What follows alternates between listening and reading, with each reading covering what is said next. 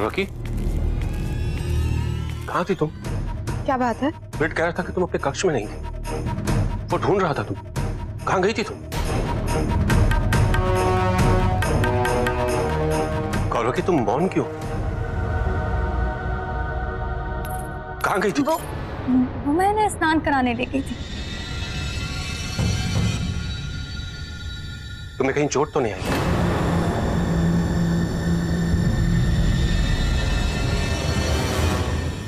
चोट? हाँ, मैंने द्वार के पास बाहर रक्त की बूंदें देखी। मुझे लगा कि कहीं से कोई चोट तो नहीं आई। तुम ठीक तो हो?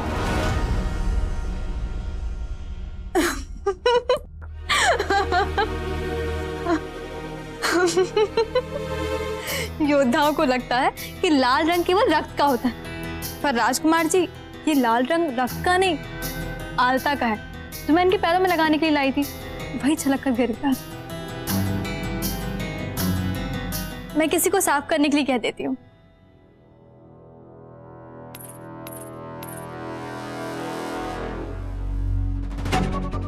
मुझे सूर्य पूजन की तैयारी करनी है। अवश्य।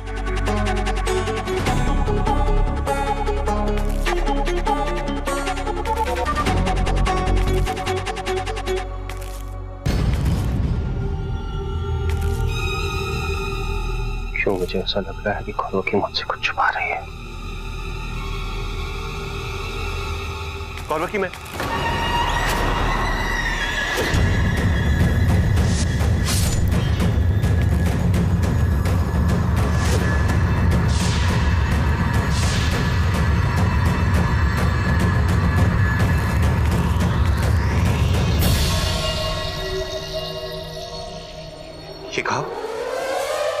ये घाव कैसे लगा तुम्हें? छोटा सा घाव है, पता नहीं कब लगा।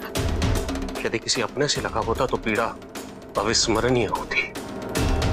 तलवार चलाना भूल चुकी हो या स्मरण है अभी भी? तो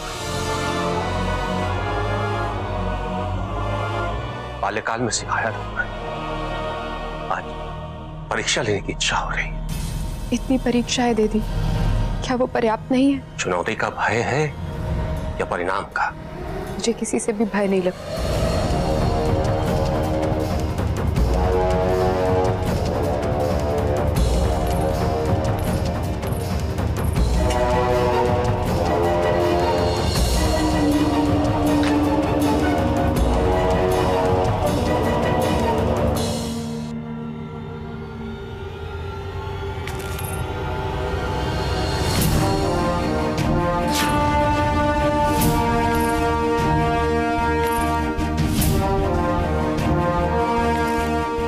मुझ पे इतना भी विश्वास नहीं कि सत्य कह सको? क्या हमारे प्रेम पे इतना भी विश्वास नहीं कि मेरी मंशा पे संदेह करो?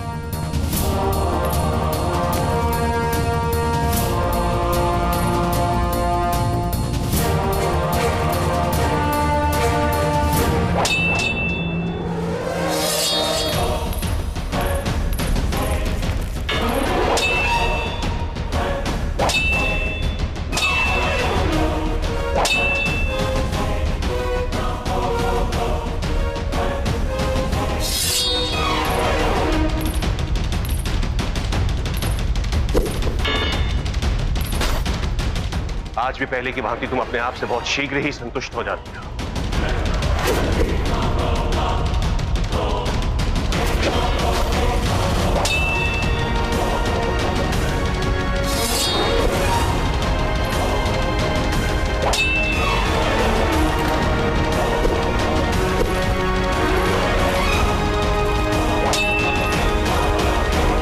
हे ईश्वर, कहीं ऐसा तो नहीं क्या अशोक को सत्य ज्ञात हो गया? और रुको अशोक, बंद करो ये। तुम दोनों क्या कर रहे हो?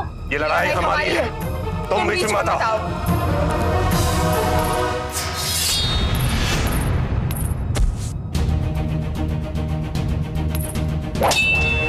कह क्यों नहीं देती कौरवकी कि क्या छुपा रही हो मुझसे? छुपा नहीं रही, कहना चाहती हूँ, किंतु साहस नहीं हो रहा, क्योंकि बात हम दोनों तक सीमित नहीं है अशोक। बात दो देशों के हित से जुड़ी है।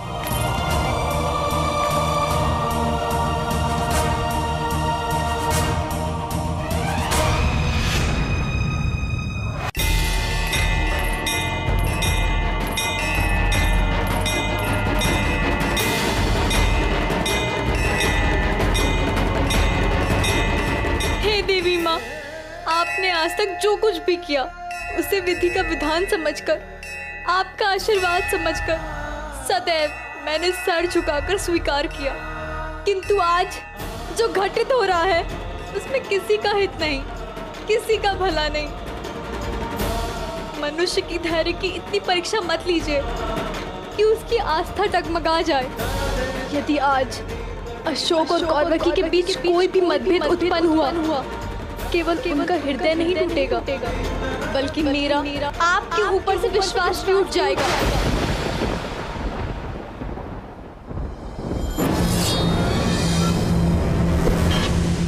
जब इसने कुछ अनुचित नहीं किया तो फिर ये विश्वासघातियों के साथ कैसे दे सकती है? क्यों मुझे आभास हो रहा है कि ये मुझसे कुछ छुपा रही है?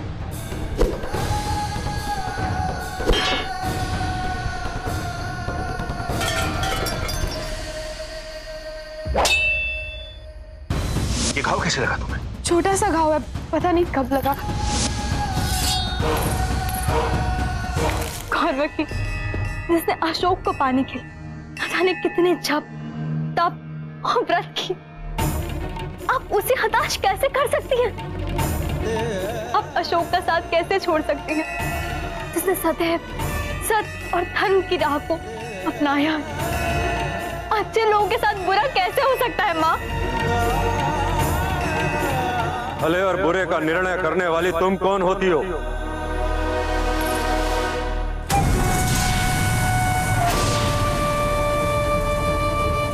पिता हूं मैं उसका। उचित और अनुचित का निर्णय करने का अधिकार केवल मुझे है, और ये मेरा अंतिम निर्णय है कि अशोक और कौरवकी का विवाह नहीं हो सकता। एक पिता की यह कामना होती है कि उसकी पुत्री का भविष्य सुरक्षित और स्थिर हो। फिर कैसे एक पिता अपनी पुत्री का हाथ उस व्यक्ति के हाथ में दे सकता है जिसके अपने ही उसके विरुद्ध षड्यंत्र रचते रहते हो, जिसके पिता को ही उस पर विश्वास न हो, जिसके भाई उसको मारने के लिए बार बार प्रयास करते रहते हो, जिसे मगध से निर्वासित किया गया हो, जिसके अपने ही बार बार षड्यंत्र रचकर उसे चंड बनाने पर विवश करते हैं, उसके क्रोध के कारण उसे मगध से निर्वासित करते हैं, जिसके अपने ही मगध की प्रतिष्ठा और सुरक्षा दांव पर लगाने से कभी नहीं चूकते। कैसे दे सकता हूं उस व्यक्ति के हाथ में अपनी पुत्री का हाथ? इनके परिवार में उंगली उठाने वाले आप होते कौन हैं? क्या आपके परिवार में कभी कुछ नहीं हुआ? आपके भाई ने आपसे मुंह मोड़ लिया और वर्षों तक आपकी सुध नहीं देखी, आपको मरने के लिए तक्षशिला छोड़ दिया। यदि आज आप जीवित हैं तो उसका कारण है अशोक। यदि आज आप कलिंग में सुख शांति के साथ रह रहे हैं तो उसका कारण है अशोक। यदि आज आपका कलिंग में शासन है तो उसका कारण है अशोक। यदि आज आपकी पुत्री जीवित है तो उसका कारण है अशोक।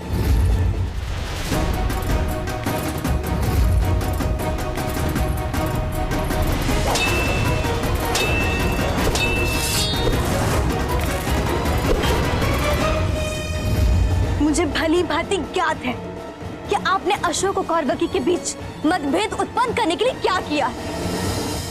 जिस प्रकार स्वर्ण अग्नि में तप के कुंदन बन जाता है, उसी प्रकार विरह की अग्नि में तप के इनका प्रेम अपराजय हो गया है। और ऐसे सच्चे प्रेम के सामने ईश्वर भी झुक जाते। और मुझे पूर्ण विश्वास है कौरवकी पर कि इस परिस्थिति से निकलने का मार्ग वो अवश्य ढूंढ लेगी, अपने प्रेम को पुनः जीत लेगी। प्रेम और परिणय में अंतर होता है। प्रेम दो व्यक्तियों में होता है और परिणय दो परिवारों में। मैंने सर्वनाश के जो बीज बोए हैं वो मगध और कलिंग को कभी एक नहीं होने देंगे, और ना ही एक होंगे ये दोनों परिवार।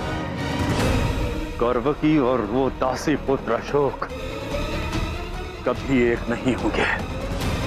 उनका विवाह नहीं होगा, ये मेरा दावा है। प्रेम, विश्वास और त्याग की मिट्टी में विनाश का बीज कभी अंकुरित नहीं हो सकता। और आप तो क्या, यदि नियति भी अशोक और कौरवकी को विलग करने की चेष्टा करेगी तब भी मैं ऐसा नहीं होने दूंगी। अब मैं उस उद्देश्य के साथ जीऊंगी कि कौरवकी को उसका प्रेम मिले, उसका विवाह हो, चाहे उसके लिए मुझे ईश्वर से लड़ना ही क्यों ना पड़े, चाहे उसके लिए मुझे मरना ही क्यों ना पड़े, पर मैं उन्हें एक करके रहूंगी। उनका विवाह अवश्य होगा। अब इससे आप मेरा प्रण समझिए या मेरी चुनौती।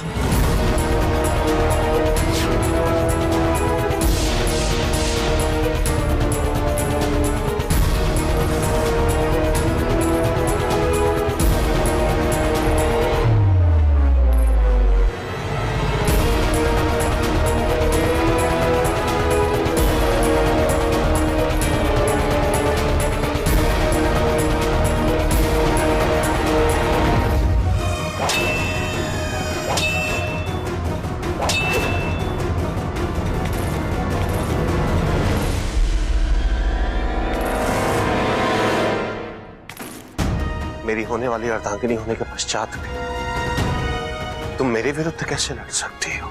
मेरी कोई भी लड़ाई मेरी नहीं, अब जो भी है हमारी है।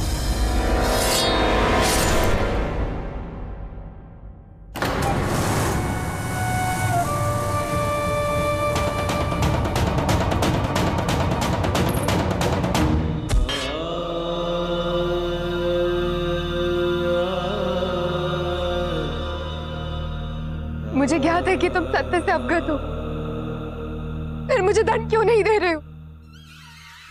तुम किस सत्य की बात कर रही हो जानकी? सर तुम्हारे साथ पूरे मगध के साथ सम्राट बिंदुसार के साथ, यहाँ तक कि मेरे साथ विश्वासघात करने वाले और कोई नहीं। मेरे पिताजी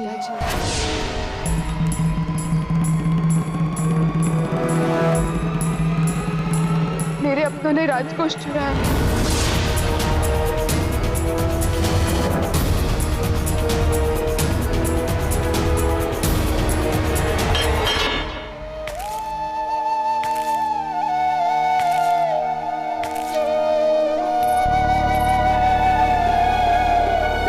तो तुम जानती थी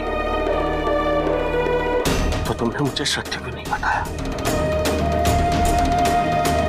मुझ पे विश्वास नहीं था या फिर मैं बताना चाहती थी अशोक। कब? जब राजकोष मेरी पहुंच से बहुत दूर निकल जाता तब। राजकोष खोने का अर्थ जानती हो तुम?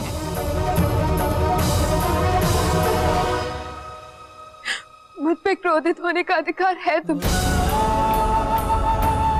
पर अभी प्राथमिकता राजकोष वापस लाने की।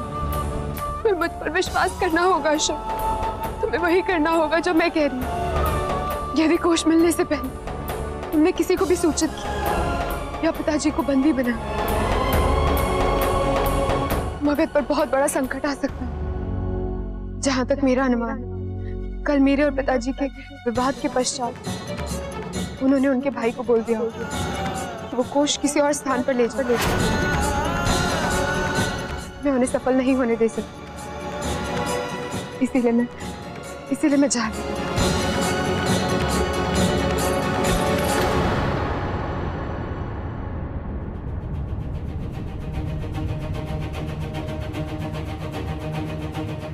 तुम अकेली नहीं जाओगी।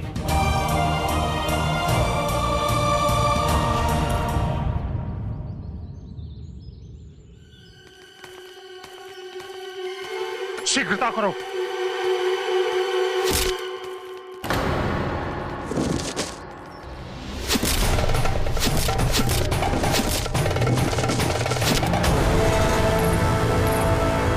पार्वती,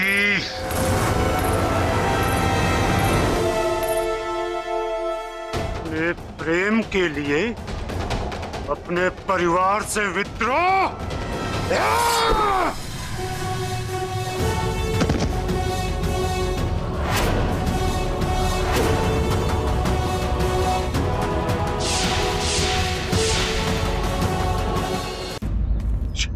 क्षमा क्षमा, प्राणदान।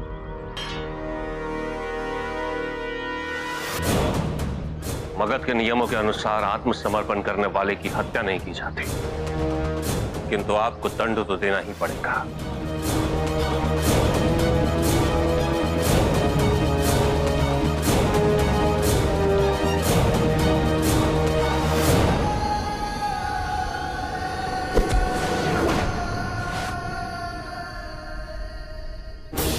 अब आप इस लज्जा के साथ अपने राज्य जाइए और इस सम्मान के साथ अपना जीवन व्यतीत कीजिए। आपको ऐसा घृणित कार्य नहीं करना चाहिए था।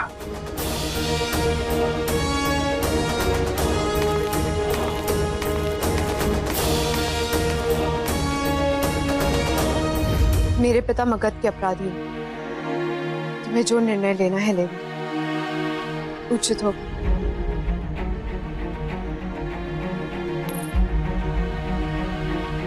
लेकिन मेरी एक विनती है, मेरे पिता के कटु सत्य को अनावृत मत करना और ना ही उन्हें दंडित कर। मुझे विश्वास नहीं हो रहा कि तुम ये कह रही। मेरा स्वार्थ कह लो। इतनी कठिनाई, पीड़ा, संघर्षों के पश्चात अब हमारे प्रेम की परिणति विवाह में होने वाली। यदि सम्राट को ज्ञात हो गया कि मेरे पिताजी ने क्या किया, तो हम एक सूत्र में कभी नहीं बन पाएंगे। ये विवाह नहीं हो पाएगा अशोक। एक पल के लिए भूल जाओ कि हमारा विवाह एक राजनीतिक संधि है। एक पल के लिए ये सोचो कि तुम्हारे सामने कलिंग की राजकुमारी नहीं, एक अपराधी की पुत्री नहीं, केवल एक कन्या है जिसने लोक लाज, सुख, संबंध सब कुछ त्याग करके केवल तुमसे प्रेम किया है।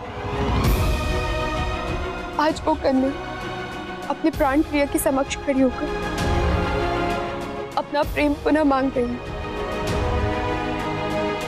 इसमें अनुचित क्या है?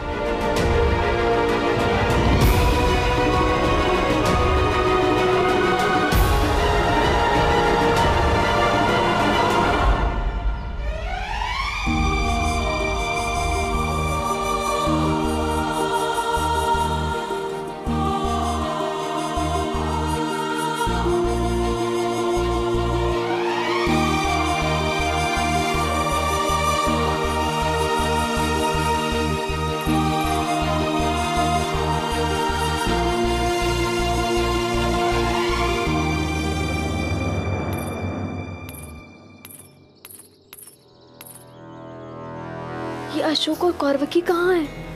अब तक लौटे क्यों नहीं? कहीं कोई अनर्थ ना हो जाए।